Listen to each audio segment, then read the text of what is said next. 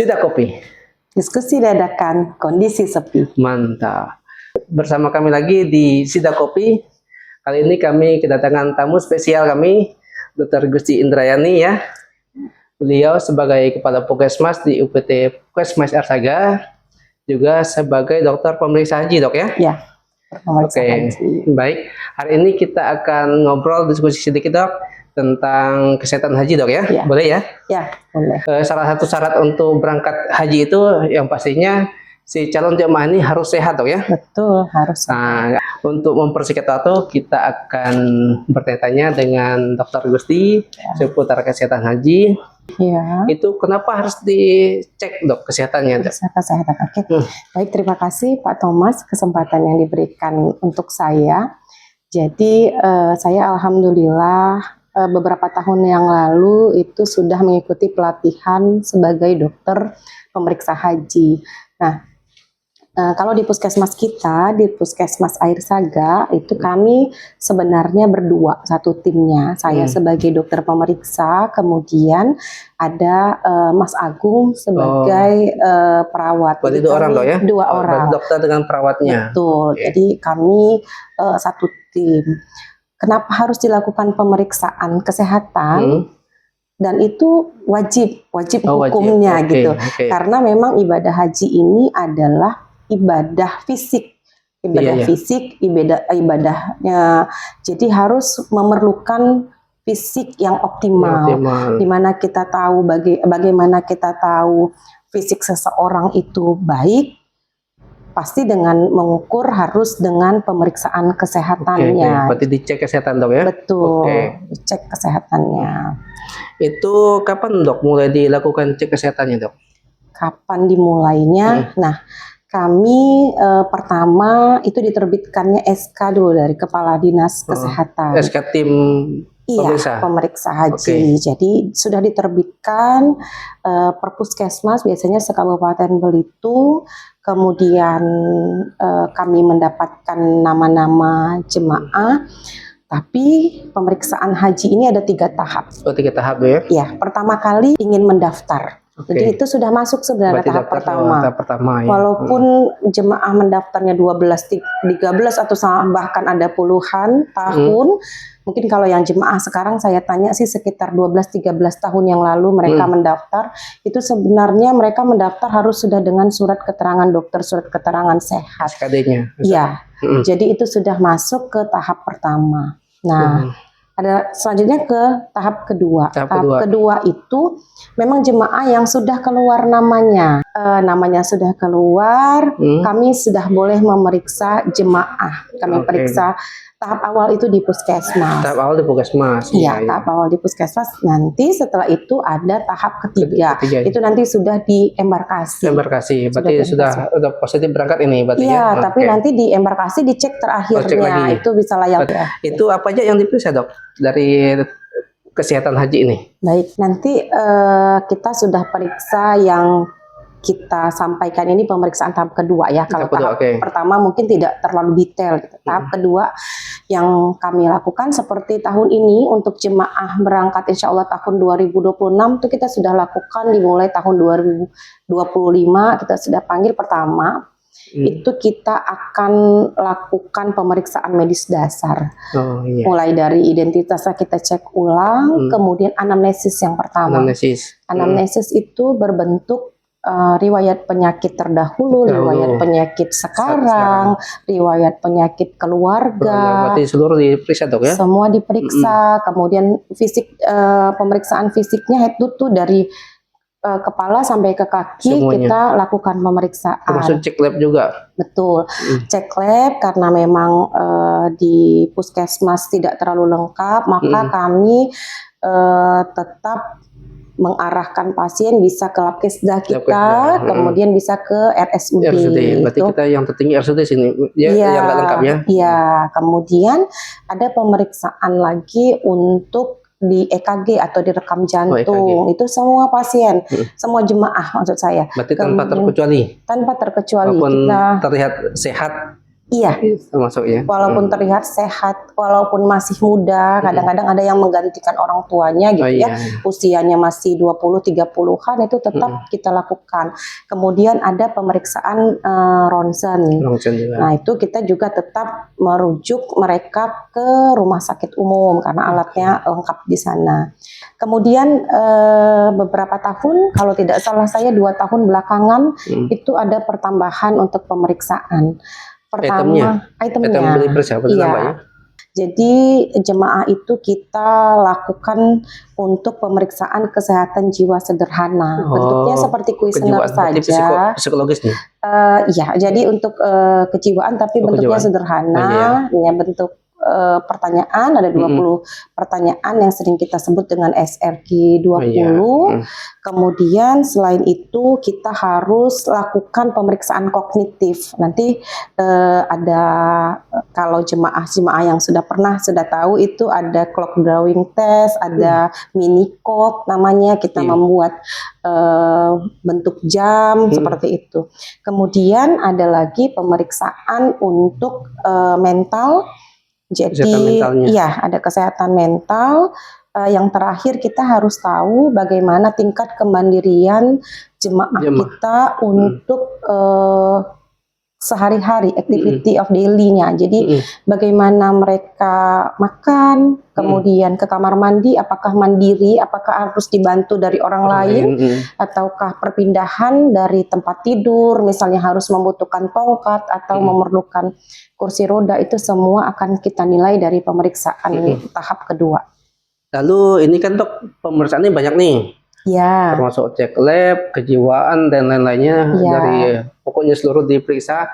Ini untuk pembiayaan gimana dok? Mereka ini bayar sendiri atau gimana? Oh iya, untuk pembiayaan karena itu bentuknya seperti general check up, jadi itu memang menjadi pasien umum, artinya ditanggung oleh jemaah haji. Tapi ketika misalnya hasil dari EKG atau hasil dari ronsennya itu kardiomegali gitu ya, pembesaran di jantung misalnya, maka harus dilakukan rujukan untuk dieko ke rumah sakit umum. Nah itu kita boleh menggunakan BPJS. Berarti bisa sudah untuk yang ada indikasi berarti. Ada indikasi dan harus ada pemeriksaan lanjutan dan BPJS-nya aktif gitu, memang peserta BPJS, karena memang diharapkan seluruh jemaah haji itu memiliki BPJS. Itu boleh kita pakai BPJS. Dok, untuk syarat-syarat untuk berangkat tuh harus istitoah, itu gimana dok? Jadi setelah menjadi dokter pemeriksa haji, saya pun menjadi familiar dengan istilah-istilah istitoah. Jadi istitoah itu artinya mampu. Jadi jemaah itu bukan hanya secara finansial saja mampu, artinya dari segi kesehatannya juga harus mampu secara fisik dan mentalnya.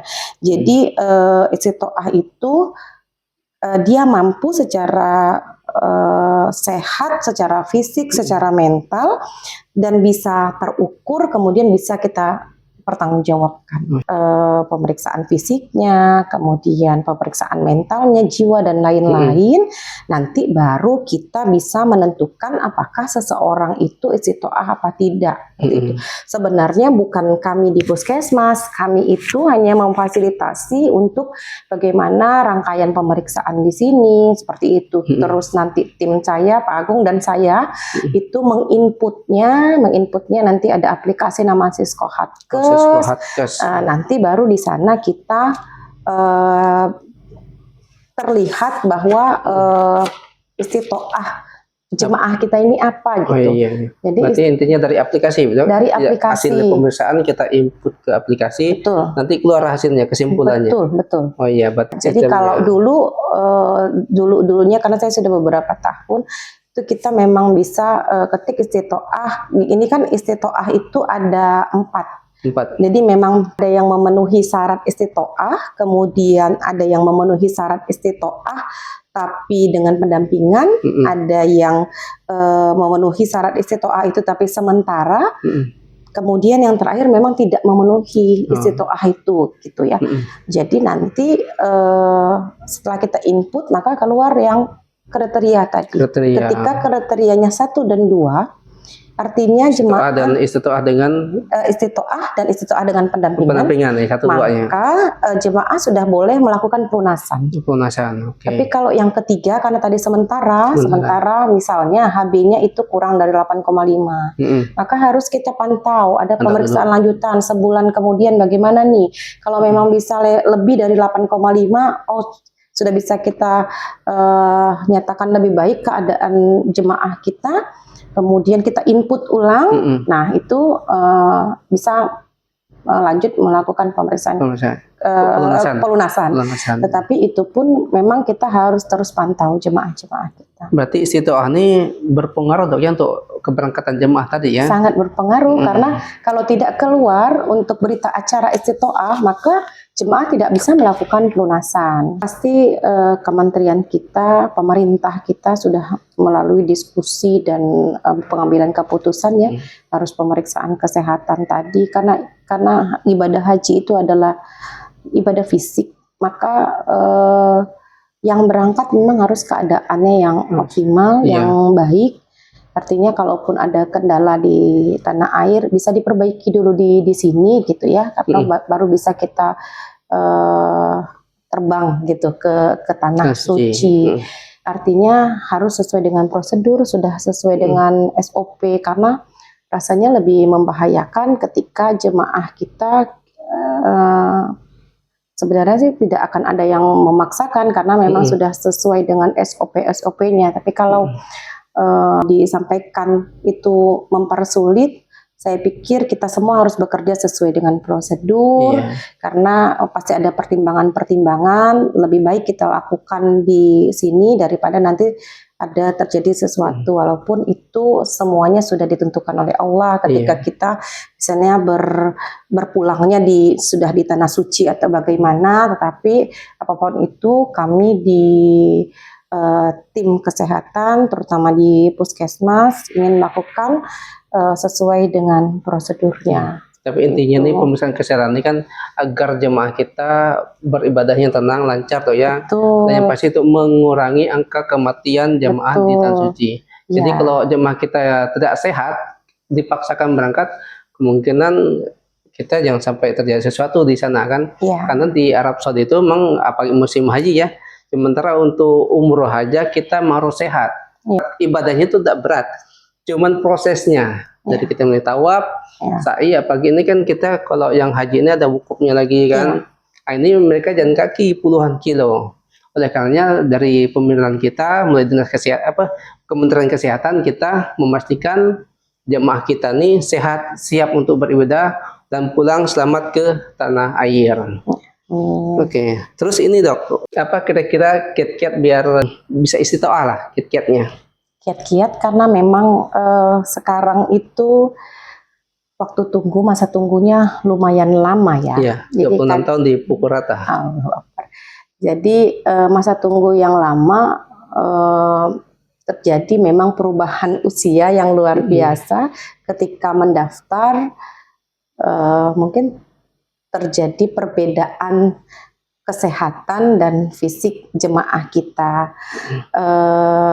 Tapi begitupun itu memang masa tunggu itu, disitulah memang jemaah kita harus terus menjaga kesehatan. Jadi kalau memang sudah punya penyakit, maka harus rutin berobatnya.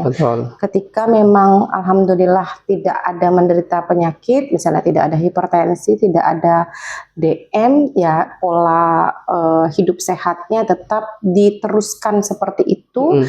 Rutin kontrol juga, misalnya per tahun kita boleh screening. Di puskesmas sekarang sudah ada layanan-layanan cek kesehatan gratis, maka lakukan itu. Nggak apa-apa setahun. Jadi kalau misalnya ada perubahan untuk kesehatannya, bisa cepat kita tindak lanjuti. Jadi dokter memeriksa juga tahu bahwa ini akan bersiap untuk melakukan jemaah haji. Jadi tidak hanya memang harus dari diri sendiri yang menjaganya, karena ya mana tahu kita waktu tunggunya segini tapi kuotanya ditambah terus kita dipercepat, jadi kita sudah punya persiapan yang lebih. Oh, baik. Dokter bilang ada tim 2 orang dok ya? Iya, iya. Oh, mungkin nanti kita buat sesi sendiri untuk tim saya siapa dok? Siap, Mas Agung. Mas Agung. Oke, nanti kita mungkin kita coba jadwalkan untuk diskusi dengan Mas Agung. Nah, terakhir dok, kata-kata hari ini dok. Baik. Ini kita kan ada sidak kopi ya. Jadi saya mau ambil ada kopinya tapi ada hajinya. Kopi tanpa gula itu baik bagi jantung. Semoga semua jemaah dilancarkan, terutama jemaah haji Kabupaten Belitung. Mantap. Baik, terima kasih dok. Kami hanya berusaha mengedukasi. Selanjutnya, sehat itu tergantung kita, sakit juga tergantung kita. Wassalamualaikum warahmatullahi wabarakatuh.